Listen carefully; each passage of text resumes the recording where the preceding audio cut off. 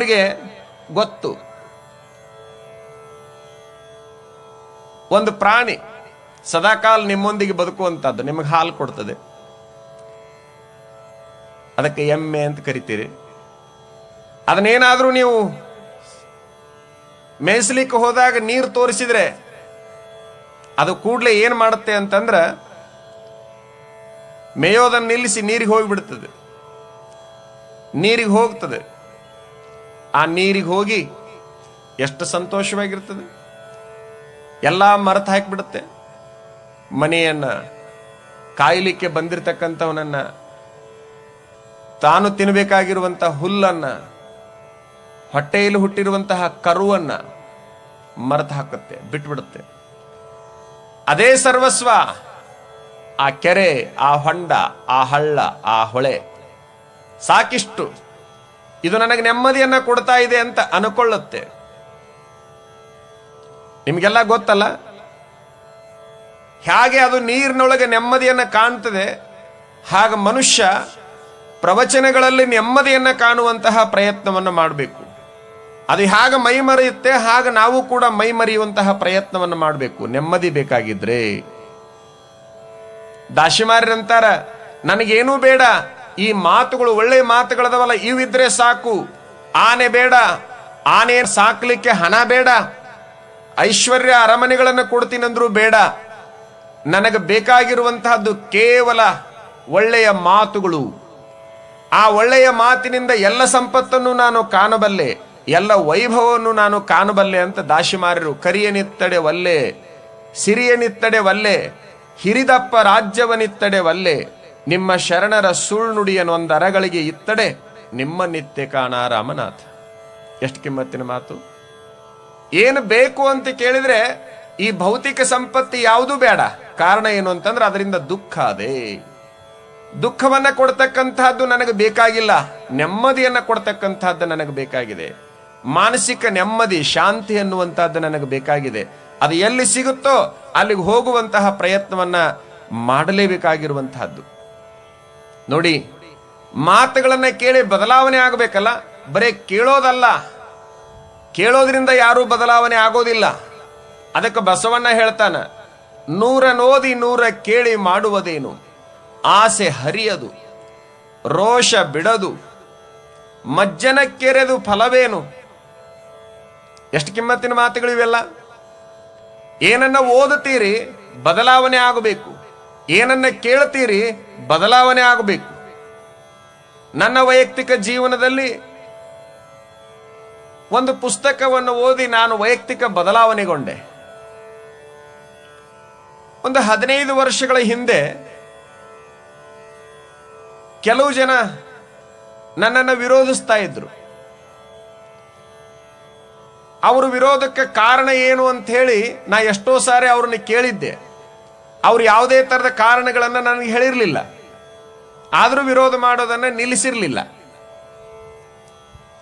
ಇವರು ಯಾವ ಕಾರಣಕ್ಕಾಗಿ ಹೀಗೆ ಮಾಡ್ತಿರಬೇಕು ಅನ್ನುವಂತಹ ಬೇಸರದಲ್ಲಿ ಇರುವಂತಹ ಸಂದರ್ಭಗಳು ಒಂದು ಪುಸ್ತಕ ಸಿಕ್ತು. ಅದನ್ನು ತಗೊಂಡು ಓದಿದೆ. ಆ ಪುಸ್ತಕದಲ್ಲಿ ಒಂದು ಸಾಲು ಇತ್ತು. ಏನು? ನಿನ್ನನ್ನು ಜಗತ್ತೇ ವಿರೋಧಿಸಲಿ. ಆ ಪುಸ್ತಕ ಎಂಡಮುರಿ ವೀರೇಂದ್ರನಾಥರದು. ನಿನ್ನನ್ನು ಯಾರಾದರೂ ವಿರೋಧಿಸಲಿ, ಅದು ನಿನ್ನ ತಪ್ಪಲ್ಲ, ಅದು ನಿನ್ನ ತಪ್ಪಲ್ಲ. ನಿನ್ನನ್ನು ಅರಿಯಲಾರದ ಅವರ ಅಜ್ಞಾನ, ಅದಕ್ಕೆ ನೀನು ಹೊಣೆಗಾರನಲ್ಲ. ನಾವು ವಿಚಾರ ಮಾಡಬೇಕಲ್ಲ. ಯಾರಾದರೂ ನಮ್ಮನ್ನು ದೂಷಿಸ್ತಾರಂದ್ರೆ, ಯಾರಾದರೂ ನಮ್ಮನ್ನು ದ್ವೇಷಿಸ್ತಾರಂದ್ರೆ ಅದಕ್ಕೆ ಅವರ ಅಜ್ಞಾನ ಕಾರಣವೇ ಹೊರತಾಗಿ ನಾವು ಕಾರಣರಾಗಬಾರದು. ಆ ಒಂದು ಮಾತು ನನ್ನನ್ನು ಬದಲಾವಣೆ ಮಾಡಿತು. ಅಂದಿನಿಂದ ಇಂದಿನವರೆಗೆ ಯಾರಾದರೂ ದ್ವೇಷಿಸ್ತಾರಂದ್ರೆ ಬೇಸರ ಆಗೋದಿಲ್ಲ, ದೂಷಿಸ್ತಾರಂದ್ರೂ ಕೂಡ ಬೇಸರ ಆಗೋದಿಲ್ಲ, ಆಗಬಾರದು. ಅದಕ್ಕೆ ಹೇಳ್ತಾನೆ ಬಸವಣ್ಣ, ಕೇಳಿ ಮಾಡುವುದೇನು, ಓದಿ ಮಾಡುವುದೇನು. ಏನ್ ಮಾಡಬೇಕು? ಓದಿ ಬದಲಾವಣೆ ಆಗಬೇಕು, ಕೇಳಿ ಬದಲಾವಣೆ ಆಗಬೇಕು. ಬದಲಾವಣೆ ಆಗದೆ ಇದ್ರೆ ವ್ಯರ್ಥ ಆಗ್ತದೆ. ಪೂಜೆ ಮಾಡಿ ಫಲವೇನು? ಪೂಜೆ ಮಾಡ್ತಿ ಅಂದ್ರೆ ಬದಲಾವಣೆ ಆಗು, ಓದುತ್ತಿ ಅಂದ್ರೆ ಬದಲಾವಣೆ ಆಗು, ಕೇಳ್ತಿ ಅಂದ್ರೆ ಬದಲಾವಣೆ ಆಗು. ಬದಲಾವಣೆ ಆಗದೆ ಇದ್ರೆ ವ್ಯರ್ಥ ಆಗ್ತದೆ. ಎನಿತು ಕಾಲ ಕಲ್ಲು ನೀರೊಳಗಿದ್ದರೇನು, ನೆನೆದು ಮೃದುವಾಗಬಲ್ಲುದೆ? ಕಲ್ಲು ಎಷ್ಟು ದಿವಸ ನೀರಾಗಿದ್ರೂ ಕೂಡ ನೆನೆಯೋದಿಲ್ಲಲ್ಲ. ಕಲ್ಲಾಗಬಾರದು ಮನುಷ್ಯ, ಕಲ್ಲಾಗಬಾರದು. ಗ್ರಹಿಸಬೇಕು, ಆಸ್ವಾದಿಸಬೇಕು, ಅನುಭವಿಸಬೇಕು, ಒಂದಿಷ್ಟು ಬದಲಾವಣೆ ಆಗಬೇಕು. ಆ ಬದಲಾವಣೆ ಏನು ಕೊಡ್ತದೆ ಅಂತಂದ್ರೆ ನೆಮ್ಮದಿಯನ್ನ ಕೊಡ್ತದೆ, ತೃಪ್ತಿಯನ್ನ ಕೊಡ್ತದೆ.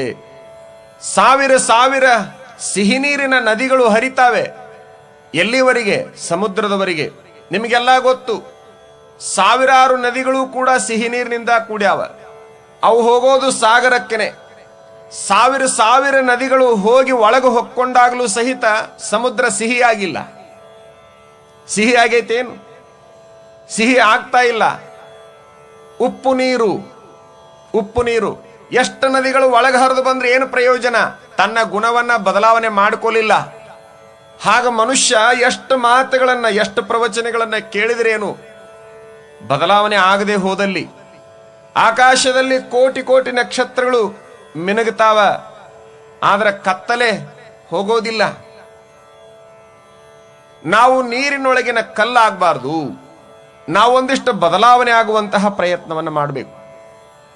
ಹಿಂಗ ಕೇಳಬೇಕಲ್ಲ. ಕೇಳುವಾಗ ಎಲ್ಲಾದ್ರೂ ನೀವು ಹೋಗಿರ್ತೀರಲ್ಲ, ಪರಿಪೂರ್ಣರಾಗಿ ಕೇಳಬೇಕು.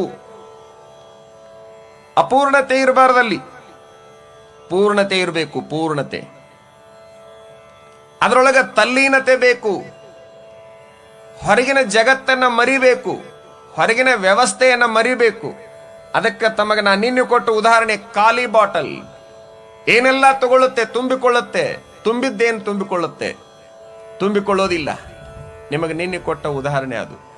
ತುಂಬಿಕೊಳ್ಳುವಂತಹದ್ದು, ಒಳ್ಳೆಯದನ್ನು ತುಂಬಿಕೊಳ್ಳುವಂತಹ ಪ್ರಯತ್ನವನ್ನು ಮಾಡ್ತಾ ಇರಬೇಕು. ದ್ವಾಪರದಲ್ಲಿ ಜನಕ ಸದಾಕಾಲ ಪ್ರವಚನಗಳನ್ನು ಏರ್ಪಡಿಸ್ತಾ ಇದ್ದ ಮಹಾರಾಜ. ಹೀಗೆ ತಮ್ಮ ಹಾಗೆ ಎಲ್ಲ ಕುಳಿತುಕೊಂಡು ಕೇಳ್ತಾ ಇದ್ರು. ಒಂದು ಸಾರೆ ಕುಳಿತವರು ಎಷ್ಟರ ಮೆಟ್ಟಿಗೆ ತಲ್ಲೀನತೆ ಒಳಗಿದ್ದಾರೆ ಪರೀಕ್ಷೆ ಮಾಡ್ಬೇಕಂತೇಳಿ ಪ್ರವಚನ ಮಾಡುವಂತವ್ರು ತಮ್ಮ ಹಿಂದೆ ಬೆಂಕಿ ಹತ್ತಿ ಉರಿತಾ ಇದೆ, ನಿಮ್ಮ ಕಡೆಗೆ ಬರ್ತಾ ಇದೆ. ಇಷ್ಟಂದಾಕ್ಷಣವೇ ಎಲ್ಲರೂ ಹಿಂದಕ್ಕೆ ನೋಡಿದ್ರ ಬದಲಿ ಮುಂದಕ್ಕೆ ಓಡ್ತಾನೇ ಇದ್ರು. ಅಲ್ಲಿ ಯಾರೂ ಉಳಿಲಿಲ್ಲ. ಅಲ್ಲೊಬ್ಬ ಕುಳಿತಿದ್ದ. ಯಾಕಪ್ಪ? ನೀನು ಕುಳಿತುಕೊಂಡಿದೆಯಲ್ಲ, ನೀನು ಹೋಗೋದಿಲ್ಲೇನು? ಅವನಂತಾನೆ, ಹೋದವರು ಒಂದಿನ ಹೋಗ್ತಾರೆ, ನಾನು ಒಂದಿನ ಹೋಗ್ತೇನೆ, ಉಳಿದದ್ದನ್ನೇ ಕೇಳಿ ಹೋಗ್ತೇನೆ ಸ್ವಾಮಿ, ಏನಾದ್ರೂ ಇದ್ರೆ ಅದನ್ನಷ್ಟು ಹೇಳಿಬಿಡ್ರಿ ಅಂತ. ನಾವು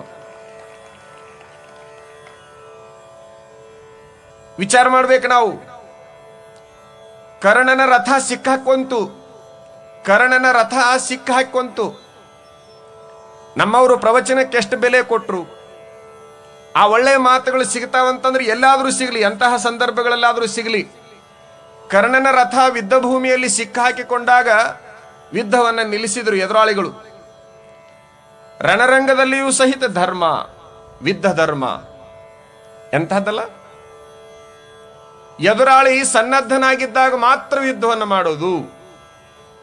ಅವನು ತೊಂದರೆಗೆ ಸಿಕ್ಕಾಕಿಕೊಂಡಂತ ಸಂದರ್ಭದಲ್ಲಿ ಅವನು ಹೊಡೆಯೋದಲ್ಲ, ಕೊಲ್ಲೋದಲ್ಲ. ವಿಚಾರ ಮಾಡ್ಬೇಕು ನಾವು. ಇದು ನಮ್ಮ ದೇಶದ ಘಟನೆ, ನಾ ಹೇಳೋದು, ಬೇರೆ ದೇಶದ್ದಲ್ಲ. ರಥದ ಗಾಲಿ ಸಿಕ್ಕಾಕಿಕೊಂಡಾಗ ಯುದ್ಧವನ್ನ ನಿಲ್ಲಿಸ್ತಾರೆ. ಕರ್ಣ ತನ್ನ ಸಂಗಡಿಗರೊಂದಿಗೆ ರಥದ ಗಾಲಿಯನ್ನು ಎತ್ತುವಂತಹ ಸಂದರ್ಭದಲ್ಲಿ ಸಮಯ ಬಹಳಷ್ಟು ಆಗ್ತಾ ಇರುವಾಗ ಅರ್ಜುನ ಕೃಷ್ಣನಿಗೆ ಅಂತಾನ, ಏನಂತ? ಮಹಾಪ್ರಭು, ಖಾಲಿ ಕುಳಿತುಕೊಳ್ಳೋದೇನು? ಜನಗಳೆಲ್ಲ ಸುಮ್ಮನೆ ಕುಳಿತಿದ್ದಾರೆ.